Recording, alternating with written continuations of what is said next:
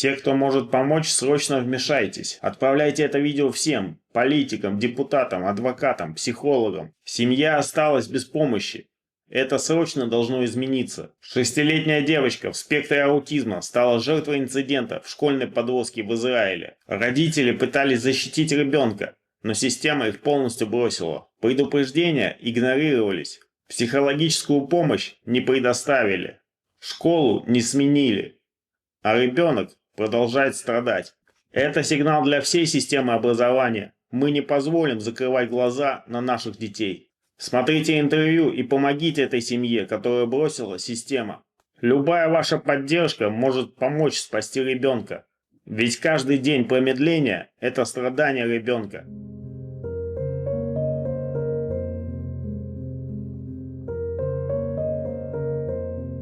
Давай познакомимся, меня зовут Алексей. Очень приятно, Кирилл. Приятно.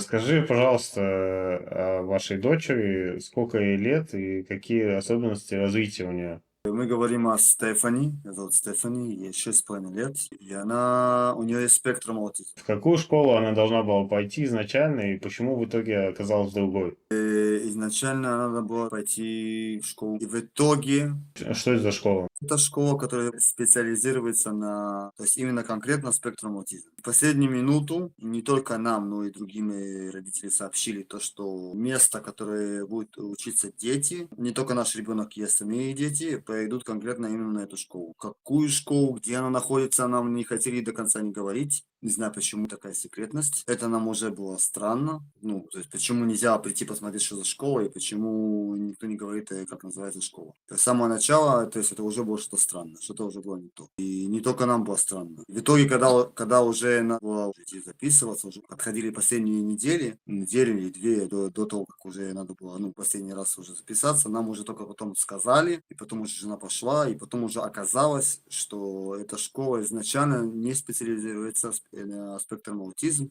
а специализируется больше на дети, которые у них есть даун, как бы больше дети дауна. И там как раз таки открыли несколько классов, которые якобы должны быть для спектром аутизма. То есть изначально это не было для спектра аутизма. И вот так оно и получилось. То есть мы узнали это только в последнюю минуту. Нам не дали выбора для того, что выбрать Да, то, что мы рассмотреть хотим. другую школу. Ты хочешь что-то добавить?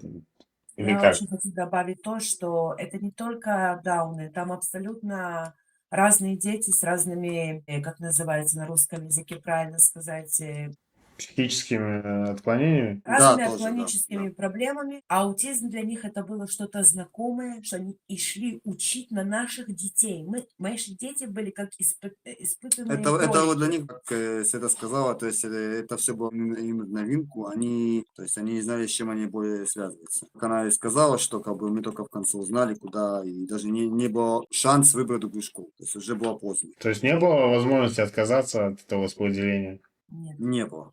Окей. Какие красные флаги вы заметили в самом начале? Так, вот насчет самого начала. С первого дня, когда ребенок пришел в школу, вместо того, что, как бы ребенок приходит в новое место, ребенок он необычный, это и так понятно, новое место, новый класс, новые дети, новые учителя.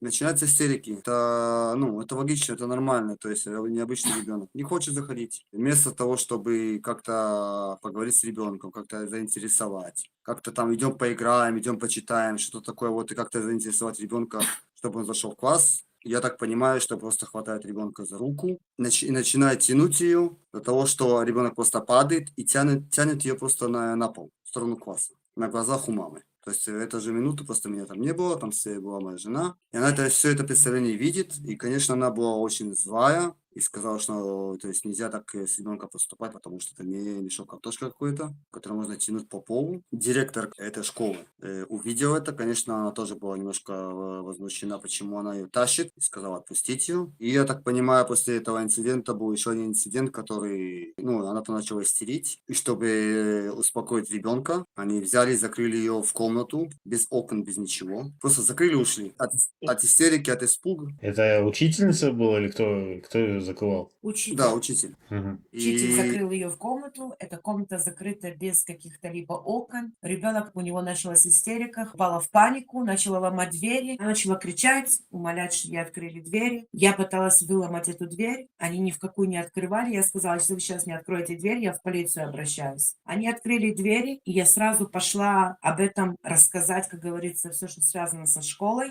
И они это увидели своими глазами. И я спросила, это норма? Вы считаете, что так с детьми-аутистами обращаются? Это их воспитание, то, что они будут моему ребенку передавать? Я говорю, я не хочу, переводите моего ребенка в другую школу. Она мне сказала, дай им шанс. Они больше этого делать не будут. И вот после этого только начались, как говорится, красные звонки там, немножечко красные звонки там, немножечко, пока что не дошло до того, то, что случилось. Окей. А вы к кому-то обращались с жалобами? Обращалась, я всегда к ним обращалась. Я к ним всегда ходила и жаловалась бесконечно.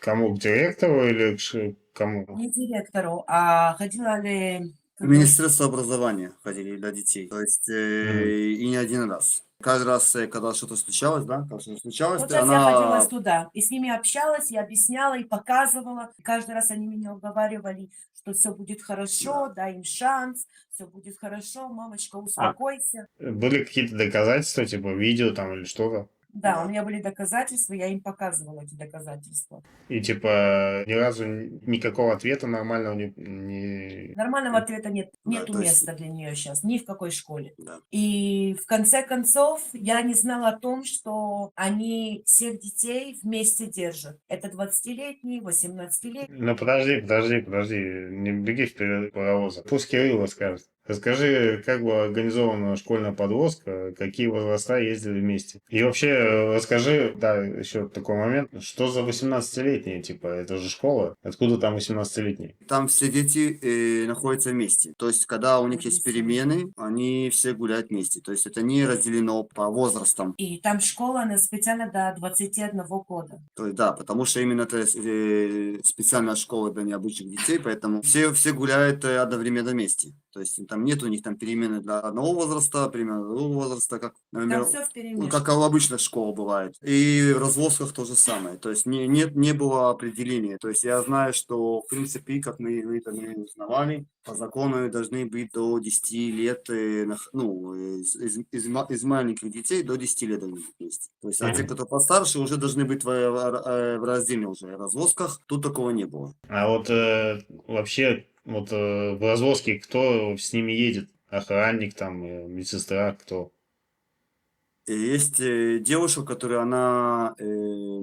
Типа медсестра Саят Рафаэль, правильно? да, да, Это женщина, что развозит детей по развозке. Я не знаю, как на русском языке правильно сказать. да. И водитель находится. Эта женщина, она не разбирается в аутизме. Ее просто наняли, что она их просто везла. Но Да, там, Мгм. представь, там разные возраста, и тоже мальчики, и девочки, и разные силы. В том плане, что если, например, 18-летний ребенок начнет там драться, биться, она не сможет его остановить. Она даже лично сама мне говорила, что она их боится. Окей, когда вы впервые услышали, что у одного из старших учеников есть навязчивый к маленьким девочкам? После всего, что случилось. да.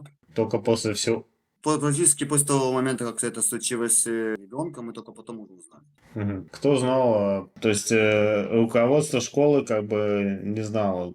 Она знала. Давайте я скажу, когда это случилось, та, что перевозит детей домой, она сразу позвонила директору школы и сообщила о том, что вот такое случилось. Она ожидала, что сам директор позвонит матери и об этом сообщит. Но она не посчитала, что это нужно сделать. Она позвонила к этому мальчику, к его родителям. А мне она не позвонила, потому что она посчитала, что этого не нужно делать. Они, я так понимаю, по их ответу, когда мы их спросили, почему они нам не сообщили спустя. Расскажи сначала, вот как вообще развивались события в этот день.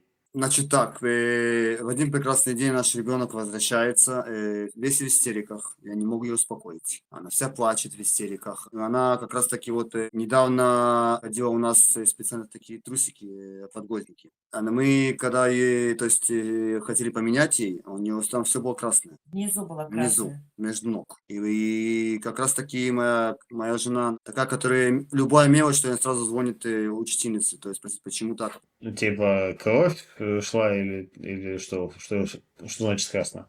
У нее все было там красное. Натерто, типа, Кто-то хватал за ноги, хватал внизу. Мы не знали, что это. Я думаю, я хотел как бы успокоить ее, потому что как бы я до этого не мог представить, что такое может быть. Я думал, может быть, натерла, может быть, его не поменяли, может быть, что-то, может быть, она начала чесать себе. Она просто, моя жена хотела узнать конкретно, что случилось у учительницы ребенка. Когда она позвонила ей, она сказала, нет, все хорошо, может быть, она натерла, может быть, первое, второе, третье, десятое. То есть, мамочка, успокойтесь, все хорошо, не волнуйтесь. Даже не было намека, что что-то случилось, что к моей дочке попытались попытка для изнасилования. Да, нет, все как оно есть. Спустя 5 дней, Когда ребенок уже себя вел 5 дней да, странно, она не хотела идти в школу. каждый день в истериках. Она просыпается, она не хочет в школу, она не хочет идти спать, потому что она знает, что заранее на следующий день будет идти в школу. Дошло до того, что она не хотела даже кушать утром. До Мне- такой степени. Она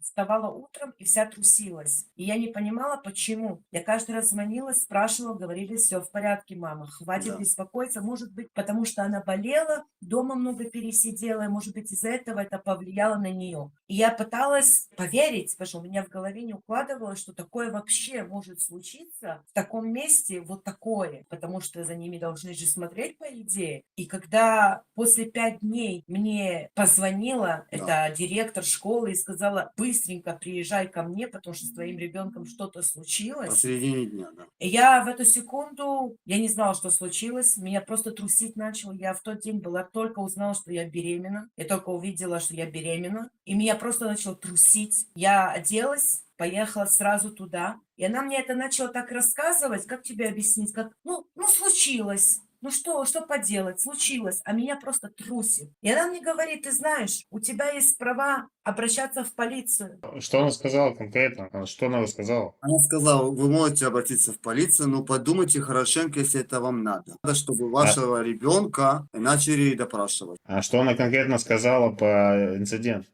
Она начала мне рассказывать о том, что с твоей дочкой что-то случилось. Я говорю, ну что, вы можете мне начать рассказывать? Она мне говорит, твою дочку мальчик 18-летний начал снимать штаны твоей дочки, начал снимать ей подгузник, но она не уточнила то, что он ее начал внизу трогать. То есть было домогание. Что было домогание до последнего. И она говорит мне, мы все сообщили туда, куда нужно было сообщить. Они уже будут решать, если нужно в полицию обращаться. А тебе я скажу, что ты можешь обратиться в полицию, но я посоветую этого лучше не делать, потому что это нехорошо для ее Да, психики. может плохо повлиять на ребенка. Ее будут допрашивать. Тебе это не нужно, что ее допрашивали. А я сказала, я ничего слышать не хочу, я сегодня иду в полицию. И я уверена, что его будут допрашивать специальные люди, что разбираются в спектр аутизме. И она сразу позеленела, потому что она поняла, что она будет нести ответ за то, что случилось. В тот день я приехала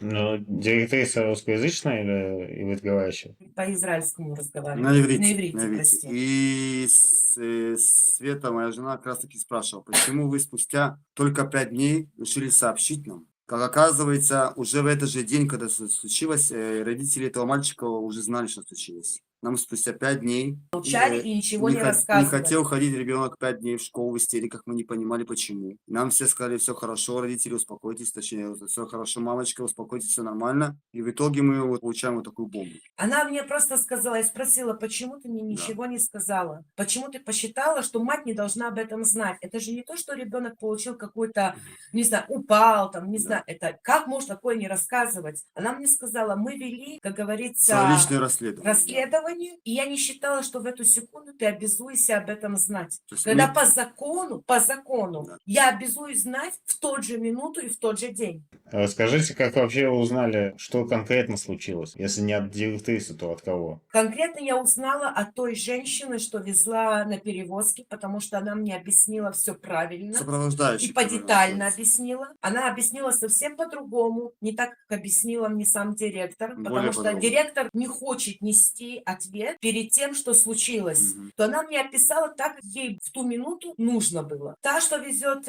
мою дочку каждый день, она мне рассказала Сопровождающая. правду, все, что случилось. И я сидела, меня просто потрусивало. В тот день у меня был выкидыш, потому что я очень сильно перенервничала. Этот выкидыш я, как говорится, на ногах прошлась, давай скажем так. Я даже к доктору не обращалась, потому что мне приходилось бегать по всем станциям. Уже было не до этого, да. Уже не было не до этого, что будет со мной. После того, что я услышала, как она мне это все рассказала, Расскажи, что он тебе рассказал. она мне рассказала, что этот мальчик, он уже давно глаз на нее положил. И каждый раз она его отдвигала, его от нее, потому что он постепенно садился рядом с ней. И она ему, когда должна была привезти в тот день мою дочку домой, он присел рядом с ней. Она ему сказала: отодвинься, не садись с ней рядом, я тебе не разрешаю. Он сказал, что ему наплевать. Но в эту минуту ей нужно было выйти и вытащить ребенка. На остановке, типа, или как? Да, на остановке дали Там, остановить. где обычно они забирают детей, они их возвращают. То есть она спустилась с ребенком, ждала одного из родителей, чтобы просто пришел и забрал ребенка. И пока что она там стояла, ждала с ребенком, он словил эту минутку, он просто на нее напрыгнул. Он напрыгнул на моего 6-летнего ребенка, этот бугай 18-летний, напрыгнул на мою дочку и начал ей снимать силой эти штаны. И начал снимать ее подгузник в тот день, когда она была с ним. Это сейчас она у меня ходит в трусиках, но она была тогда подгузник. Он начал снимать и просто пытался, сам понимаешь, тут нету чего говорить. И она, когда Да. пришла, она увидела, как он о ней, она его отбивается, бьет, кричит: мама, помоги, раздирающий голос. И она мне так это рассказывала, и я вот клянусь, если я бы была в эту секунду в этой машине, я не знаю, чем бы закончилось. Потому что это ненормально, когда школа позволяет, что взрослые дети, необычные дети, Да, а блин, дети, что у всё. них есть уже изначально проблемы, ехали с маленькими детьми. Ты не знаешь, что у этого парня может пробежать в голове, что он может сделать, а с ним рядом маленький ребенок. А этот парень, он какого диагноза вообще? У него спектр аутизма. Тоже. И он, причем, что он разговаривает очень хорошо, прям на уровне, как ты и я. Да, он может с тобой разговаривать, и ты даже не почувствуешь, что он аутист до такой степени. И у него, так как мы видели, никаких Отклонений. особенно какие-то проблемы прям такие физические никаких нет, и у него все нормально. Мы были знакомы с этим мальчиком, Да. потому что я ездила с ней на перевозке. то есть В даже первые я, дни, когда она должна была привыкнуть к этому автобусу. Мгм. Я его видела. Он общается как обычный человек. Он умеет руками двигать, ногами, как обычный человек. У него никаких таких проблем нет. Если бы мне не сказали, что у него есть аутизм, я бы даже не поняла это. Но на сегодняшний день его мать пытается его выставить, что он не умеет разговаривать, да, что якобы у него какие-то что у него отклонения, какие-то что он отклонения, 100%. что моя дочка сама в этом виновата, что моя дочка сама сняла штаны, свой подгузник, и как она захотела 18-летнего мальчика. Как ребенок 6 лет может захотеть 18-летнего мальчика? Зная своего ребенка, она в жизни бы не сняла штаны и не свои трусы. Причем, что ребенок был пристегнут, потому что ребенок даже не умеет отстегивать. Ремень? Да. То есть Это сопровождающая пришла туда, ремень был уже расстегнут. А вы не спрашивали, почему сопровождающая вам не рассказала в тот же день? я ее спросила об этом, она сказала, во-первых, когда я это увидела, я сама вошла в полный шок. У меня был стресс после этого дня, что случилось, у меня был стресс. Я боялась тебе рассказать, потому что я знаю, какая ты мама, как ты к всему так относишься. Мгм. И я посчитала, что будет правильно, что директор тебе это поднесет и расскажет правильно. И она знала о том, что какая я. А даже она не ожидала, Не ожидала, что будет такой поворот, что директор мне да, расскажет. спустя 5 дней. А она не спрашивала у директора? Она не спрашивала, она не интересовалась. Я была только благодарна ей за то, что она спасла моего ребенка в эту секунду, потому что если бы она не справилась с этим 18-летним парнем, она его очень боялась. Она мне говорила не один раз, что она его боится. Если она бы с ним не справилась, я не знаю, чем это бы закончилось для моего ребенка. Я это очень сильно щепетильно принимаю эту ситуацию, потому что я в 20 лет была изнасилована. Меня в 20 лет изнасиловали. И когда я услышала то, что мой ребенок прошел, по моим венам опять потекло то, что со мной случилось. И я не смогла пережить эту случай, когда я узнала, что с моим ребенком случилось. Я не могла в 20 лет это пройти спокойно. А это ребенок 6 лет, что даже не знает, что такое мужчина. И какой-то бугай 18 лет, простите за мои слезы, на ней лежит, прости меня, и пытается трогать ее для того, чтобы получить то, что он хочет. Я не знаю, если я бы была там в эту секунду, чем это бы закончилось. Но я бы сидела в тюрьме. Я никому не пожелаю, ни одной матери, пережить то, что я пережила в эту секунду. Я ждала этого ребенка, я хотела забеременеть. У меня 2 ребенка с отставанием развития. Я мечтаю родить ребенка, чтобы он был обычный. И я потеряла. Я потеряла снова этот шанс быть мамой снова. Потому что меня трусило каждый день бесконечно. Я не могла ни спать, ни кушать. Мне просто было в голове, как моего ребенка защитить. И сейчас, до сегодняшнего дня, у меня нет ни сна, ни жизни, ничего нету для того, чтобы жить как обычный человек. Мой ребенок страдает каждый день бесконечно, а я не могу ей помочь. То есть каждый день, то есть она куда-то бегает, куда-то что-то пытается сделать. Скажите, какие ваши были первые действия вот после того, что вы узнали, что вы начали делать? После того, как Света поговорила там с директором, и она все это узнала, и все это трусило, ей уже стало плохо, она в слезах мне позвонила, и она сразу поехала в полицию. Подала И, заявление да, в подала полицию заявление. и сказала, что я хочу, чтобы его задержали. И мне не важно, аутист он, не аутист, это не играет никакой роли. Никто ему не дает права делать то, что он делает. И я дала заявление в полицию, потом я побежала К социальному работнику, и я побежала. побежала потом тоже к как это называется, Министерство образования для детей. Образование. Да. Я бежала тоже мэру Афу, просила с ним увидеться. Но до сегодняшнего дня мне звонят, и никто не говорит, можно мне с ним встретиться, можно мне с ним поговорить. И объяснить свою боль, что я переживаю каждый день. И то, что мой ребенок переживает. Никто не дает ни моему ребенку ни психолога, ничего. Мой Да, ребенок то же есть без уже- психолога, без ничего. Уже больше месяца прошло, мы до сих пор не смогли даже психолога достать специально. Потому что ей нужен необычный психолог. Нужен Да, то психолог, есть- что разбирается в аутизме. Да. То есть, если это был обычный ребенок, можно было гораздо легче, гораздо быстрее это все будет сделать. Трудно нам дается, и мы все пытаемся. Сейчас, в данный момент пока что это не... Непонятно еще. да, непонятно еще, как бы, должны нам дать ответ. А вот это было какое-то типа расследование с полицейским по делам несовершеннолетних? Да, мы Да. ездили с ней в Нацерет Элит. Там был тот человек, что разбирается в аутизме. Она меня запустила, записывала все на камере. То есть, ее спрашивали вопросы. Ее спрашивали насчет этого. вопросы. Да. Там был переводчик на русском языке, что мог переводить моей дочке. И позволили, что я тоже переводила, потому что она не хотела ему отвечать. Она от него отдвигалась. Незнакомый человек просто, ну, можно понять. Не знаю, просто отдвигалась от него, и она показала всем своим телом, что ее трогали. Она начала себя трогать. есть она- Ноги начала трогать себе, начала нервничать, начала. Ее спросили, тебя обидели? Она сказала, да, меня обидели. Тебя трогали? Она сказала, да, меня трогали. Когда ее спросили, где она начала уже как бы... Она сказала в И- машинке. Она называет автобус, это машинку называет. Да. Машинка. Что в машинке ее трогали. Потом она сказала, что этот мальчик, где он тебя трогал? И она просто ушла в себя. Она села и ушла в себя, погрузилась в себя и как ушла из этого мира. Я говорю, она вот в последнее время уходит в себя после того, что случилось. И она ушла в себя, и они пытались вытащить это 2 часа где-то. Мы там находились 2 часа. И то, что они смогли вытащить, они вытащили. Но они поняли, что да, ребенок это прошел. То есть они видели по тому, как она реагирует, что что-то не так, что что-то на самом деле было. То есть по движениям, по эмоции, то есть она не как будто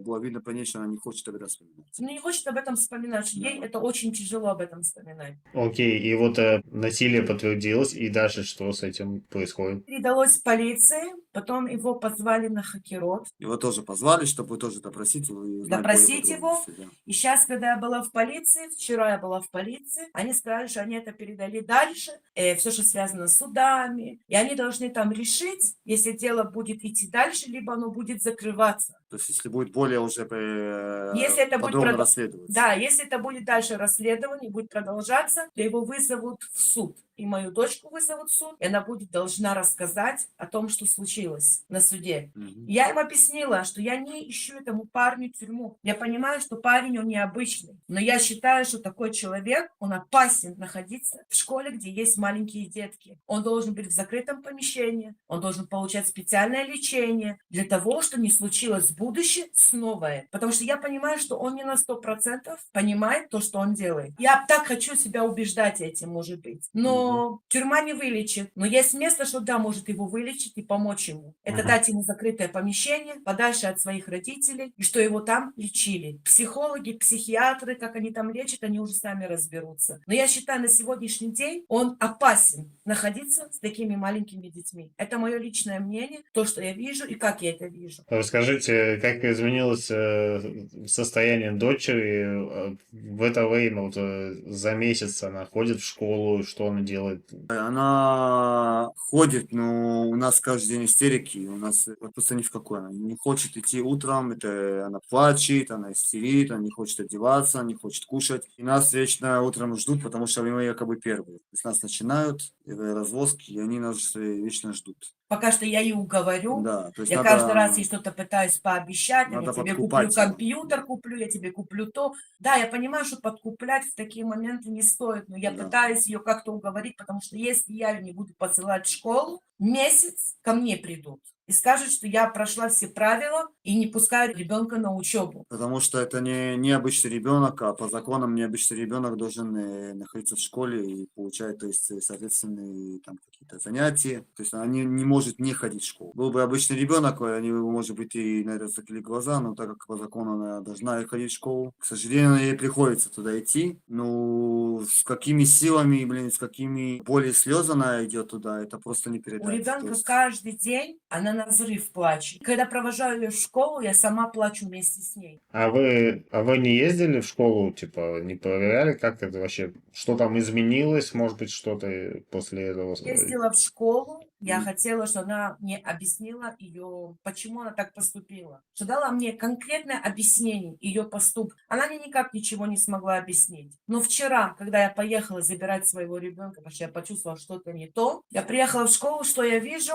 что ничего абсолютно не поменялось. Дети 18-летние, 20-летние бегают рядом с маленькими детьми, что им по 6 лет, как ничего не бывало. 3 женщины, что за ними смотрят, за всей школой, наверное. Одна курит, одна разговаривает, а одна чем-то другим занимается. И ты видишь, как 6-летний ребенок трогает телефон мальчика, что ему 18 лет, трогает ручкой. Знаешь, но она не понимает, она маленький ребенок. Он берет всей дуря, кулаком как врезал ей по морде, что она отлетела дальше, куда видела, давай скажем так. Ребенок весь просто поголубел ровным слоем. Я стояла, я так перепугалась, я не поняла, что случилось вообще. просто ударил ее, она отлетела. Она отлетела. И он идет на нее для того, чтобы опять ее ударить. Прибегает директор: остановись, остановись. Как ты можешь после этого так с ребенком разговаривать? Ты берешь его за руку, забираешь его в свой кабинет, звонишь его матери, это во-первых. Но она так себя вела, как, ничего не случилось. Ну, типа, ударил, Ну, ничего ударил по страшного. морде Дети. один раз, треснул, ничего Да. страшного. Но когда она меня увидела, что я это увидела, она вся позеленела. Она не ожидала меня там увидеть. Мгм. Потому что я пришла, знаешь, даже никто не знал об этом, что я пришла. То есть для них это норма, и, скорее всего, это не первый раз. И ничего там не поменялось, там продолжается вот это Хаос и беспредел. хаос да. этот. Хаос и беспредел. Это правильно же, типа, это какой-то другой ребенок был. Просто скажите. Это другой Да, парень. нет, там это другой ребенок, который... Просто я не могла это сфотографировать, потому что по закону я не могу чужих детей фотографировать. Но я это передала, как называется, все, что связано со школами, как на русском языке это говорят, Министерство образования, да. Она Образование. после этого сразу поехала туда и рассказала это об этом да. случае, что у них продолжается дальше этот хаос, и то, что ребенок 18-летний может спокойно быть доступен для девочки 6 лет, и спокойно может ее ударить, может спокойно ее за руку взять, отвезти куда хочет. Там все как, так норма. Мой ребенок почти 2 месяца приезжает весь голубой. Это у него синяки на теле, шишки на голове. Каждый раз я их спрашиваю, что с моим ребенком? Упала. Сколько она падает? То Она её была в там садике, она ударилась, никогда не падала. Тут она уже начала падать каждый день бесконечно. И каждый раз она больше не хотела идти в школу. Она меня просила об этом, что она не хочет идти в школу. А когда вот это случилось, она вообще как поставила крест на эту школу. Раз и навсегда. Нам уже было более понятно почему. Потому что чуть ли не каждые пару дней нам звонят: ваш ребенок поскользнулся со ступеньки. Вашего ребенка случайно, не знаю, там ударили по носу. Да, он звонит. Там в шоке твоего был. ребенка случайно из ноги дали в нос. Да. А как это случилось, что моему ребенку из ноги дали в нос? То есть каждые пару дней что-то другое случается. Ну, я говорю, да что ж такое? Да? Каждые пару дней что-то случается, это уже не норма. А потом приходит вот эта бомба, которая оказывается, что что-то уже с ней случилось. То И есть каждый раз что-то новое, каждый раз что-то случается. Нету дня, что не случилось что-то. Я каждый раз, когда видела номер, что звонит учительница, меня все передергивало. Потому что я знаю, если она звонит, значит, опять что-то случилось. Опять нужно мою Стефаньку забрать домой. Понимаешь, это было просто невыносимо. Эти полгода, либо она болеет бесконечно, потому что она приходит туда в школу. А почему она болеет и приносит болезни? Потому что они позволяют детям, когда холодно, под 11 градусов, валяться по полу на улице и подметать им улицы своим телом. без куртки, без практически никакой Да. одежды, она валяется по полу, Сидит, кушает, катается. Да. кушает из пола, кушать может спокойно. И они это снимают и смеются над этим, а потом маме еще отсылают, что мама посмотрела на это. А когда ты начинаешь на них кричать, они начинают это видео стирать, как ничего не случилось. А ребенок на второй день из температуры под 40. Почему нельзя перевести в другую школу просто? Мы хотели, мы ходили, я ходила, я все Да. пороги отбиваю. И мне сказали, что это не причина, что переводить твоего ребенка. Это сначала нам сказали. Да, что это не причина переводить твоего ребенка. И что уже полгода уже прошло, учеба началась, Нету и нету места. в другой школе, что могут ее принять. То я говорю, а что, ребенок будет страдать еще полгода? Вы будете мучить моего ребенка? Она вот махать плечиками То своими. есть для них это не резкая причина. Это не резкая причина. Вот то, что случилось в автобусе. Не резкая причина. Да. То есть это ничего такого страшного. А когда Мы она- дадим тебе психолога. Месяц назад они мне сказали. И вот месяц проходит, я к ним иду, она мне говорит, я учительнице сказала, что нужно дать девочке психолога. Она не дала? Нет, не дала. Это- А я спросила, а зачем мне психолог, если она будет возвращаться в то место, где ей сделали плохо? В чем этот психолог ей поможет? Ей нужен психолог и перейти в школу, где разбираются с аутистами. Раньше должна была То пойти, есть, куда нам обещали. Света узнавала, если есть там место, и как оказалось, они могут иметь 8 детей в классе, в данный момент находится 7 детей в классе. То есть можно нашего ребенка определить туда. Но они мне сказали, что там места нет. Да, и как в Министерстве образования нам сказали, что якобы там нету места, и что они просто хотели быть с нами вежливы. А в социальной службе что сказали? Сказала, я даже Да, подписала ходили. бумагу на разрешение, что они могли влазить в мои дела. Они им послали письмо, где они считают, что мать считает, что ее ребенок в опасности, находясь в этой школе. И что она требует, что ее перевели в школу. То есть они... Тишина. Пока что письмо было отослано, пока что тишина. Мы ждем. Но пока что ничего не меняется. Что вы требуете сейчас от системы образования? Я требую, что она получила ту школу там, где она должна была быть. То, что она получила психолога. Что школа понесла ответственность за то, что случилось с моим ребенком. Что больше не случалось с другими детьми в этой школе. Это обязательно должны прийти и проверить этот полный беспредел, Я что щи- творится в школе. Я считаю, что надо там конкретную проверку сделать, потому что то, что там творится, это беспредел. Это даже не беспредел, это хуже, чем беспредел. Как они справляются с этими ситуациями, так не должно быть. То есть это полный беспредел. Не хотят брать ответственность ни за кого и ни за чего. Они хотят, что это все прошло, как ничего не случилось. Да. Но случилось. Они попортили моего ребенка. Мой ребенок пришел абсолютно нормальный, веселый ребенок. На сегодняшний день она боится спать, она боится, что завтра будет день, и придется идти в школу. У нее постепенно срывы, она вся трусится. А моя девочка очень умная девочка. Она на высоком спектре аутизма. Она даже в данный момент находится как отличница в этом классе. То есть она уже получила грамоту и медаль. То есть она все прекрасно понимает. Она до этого не разговаривала на иврите, она начала ходить в школу, она начала хотя бы немножко на иврите разговаривать и понимать. А вот сейчас она, как знаешь, как поменялась. Да. Это абсолютно другой ребенок. Она начала брать соску в рот. Она уже была без соски. Она очень долго была с соской, и потом, когда она начала идти в школу, она начала оставлять. И сейчас она начала опять ее брать, потому что якобы она так себя чувствует, наверное, гораздо спокойнее и Безопасно. гораздо более безопасно, да. То есть надеемся, что не будет хуже, чем оно есть, потому что все эти моменты, случается с такими детьми, это наоборот откат начинается. Начинается откат в Да. развитии. А я 6 лет своих отдала этому ребенку для того, чтобы мой ребенок был тем, кем он является. Я работала, я очень хорошую зарплату получала. Я, извини, была моделью, я работала в продажах. Я все оставила, я все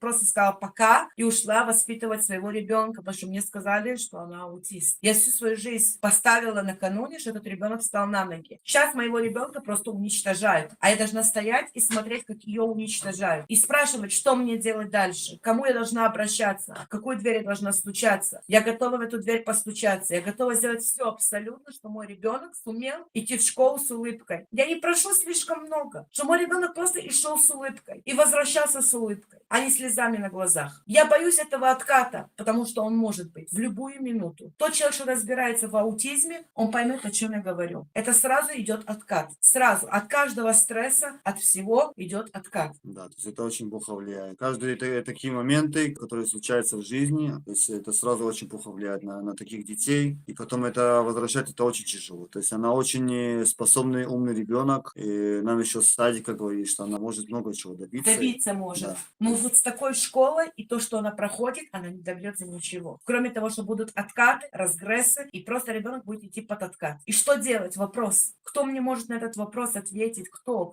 может руку подать и сказать: на, мама, мы тебе поможем. Мы поможем твоему ребенку. Но у меня такое ощущение, что они к нашим детям относятся Так, второй как к сорт. чемодану. Второй Знаешь, сорт. чемодан, нету ручки, но тяжело бросать, ну и тяжело тащить. Вот так они обращаются к таким детям. Им без разницы, что с этими детьми будет. Вот так я это вижу. Потому что вот это отношение, это настолько ужасно на это смотреть, потому что ты не понимаешь, как может так обращаться с такими детками. Так. Вы пробовали пойти к адвокату или как-то... Мы начали с одним адвокатом, и он нас перевел на номер другой адвокат, который, как по тому, как он сказал, более специализируется, потому что это как бы необычный ребенок. Просто мы должны были с ним увидеться, но у нас просто не получилось. Мы должны как бы назначить сейчас новую дату, чтобы встретиться. Встретиться с ним, Да. что он смог начать действовать, Да. посылать письма в школу, что на них подают в суд. Но мы это собираемся делать 100%, То потому есть мы что это так и не молчать оставим, точно да. не будем. Да.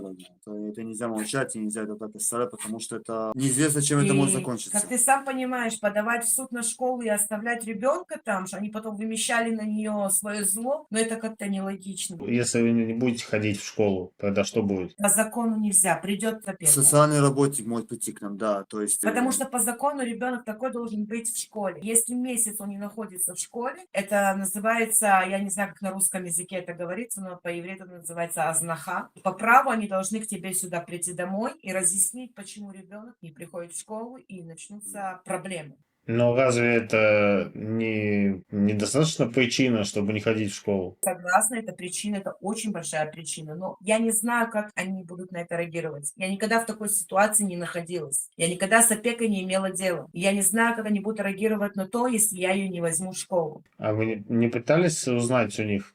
Я ходила, я спрашивала у нее, последний раз, когда я у нее была, я спросила: если я ребенка не буду приводить в школу, что будет? Потому что мой ребенок в опасности, находясь в этой школе. Она мне сказала, что начнут интересоваться там верхушки, начнут приходить ко мне домой и делать С расследование. проверкой, да. С проверкой, расследование, почему ты ее не приводишь. Но я говорю: ну понятно, почему я ее не привожу. Не потому что я не хочу, чтобы она ходила в школу. Я хочу, чтобы она ходила в школу, но в нормальную, в адекватную школу, где Да. не будут ее обижать. Мой ребенок проходит уничтожение самого себя. Она мне сказала: мы сделаем все, что ее отправить в другую школу. А я сказала: если ее не отправить в другую школу, что будет дальше? Она будет продолжать дальше идти страдать? Она сказала: мы делаем все то, что в наших силах. Это были ее слова. И прошел месяц после этого? Или сколько? Да, это было недавно, это 2 дня назад я с ней разговаривала, и она мне дала бумажки подписать для того, что они смогли заниматься делом моей дочки и вмешиваться, что они могли вмешаться. Потому что я им позвонила и сказала, что по закону, если ребенок проходит в школе, и у него опасность, они обязуют этого ребенка вытащить из этой школы, потому что там опасность. Что я об этом почитала, я знаю, что есть такой, как говорится, есть такое, как бы, не знаю, как Ну, по закону по они как бы закону. имеют право, да. Только вот тогда она мне... Теперь надо ждать от них ответов, получается.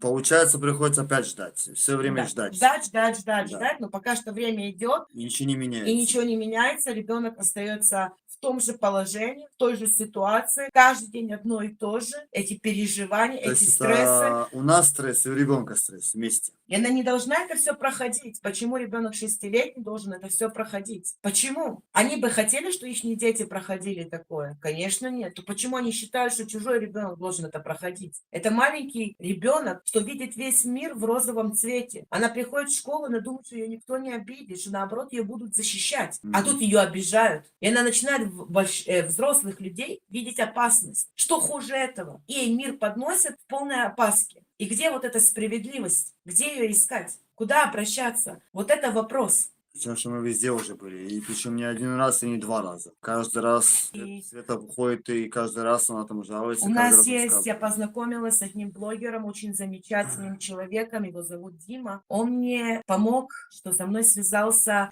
друг Кнессета, и он мне спросил об этом случае, что случилось, что я смогла это ему все написать для того, что он это перевел на дело, что мне помочь и ребенка вытащить с этой школы. И это помогло или это недавно было? Еще только недавно. Только Надо еще недавно 3 послали. недели ждать для того, чтобы узнать, что дальше. Он нам попросил нам написать письмо, мы написали письмо. Конкретно все данные туда написали, что случилось, как случилось, какие там красные флажки. Все, что ребенок пережил, прям все подробности. Он это как бы взял все вот это, то, что мы написали, и вкратце это написал, ну, чтобы это можно было просто дальше послать. И уточнил, если все правильно, то есть если все нормально, и все. И он нам послал ответные, Письмо, то, что Да, то было есть- отослано то письмо. есть якобы письмо, что это, то есть подтверждено, и оно идет как бы дальше, уже как бы уже выше. Слушайте, как бы мы вроде как все рассказали, правильно? Можно закончить, наверное. Мы все рассказали, правильно? Ну, в принципе, да. Просто, как говорится, мы рассказываем свою историю, то, что мы Да. проходим. И То, я что уверена, ребенок что проходит. таких, как я, может быть, больше есть, как говорится, в Израиле, что проходят молча и поедают то, что им дают поедать, как говорится. Это крик души матери, что рассказывает о своем ребенке, свою историю, свою боль. Да. И если кто-то, как говорится, смотрит, видит и может помочь, и подать руку для того, чтобы помочь моему ребенку будем выйти только с рады, этой да. школы, с этой беды, что она находится, я буду благодарна. Всей душой буду благодарна. И очень надеюсь, что будет правильный тот человек, что сможет это увидеть и сможет подать эту руку нашей семье.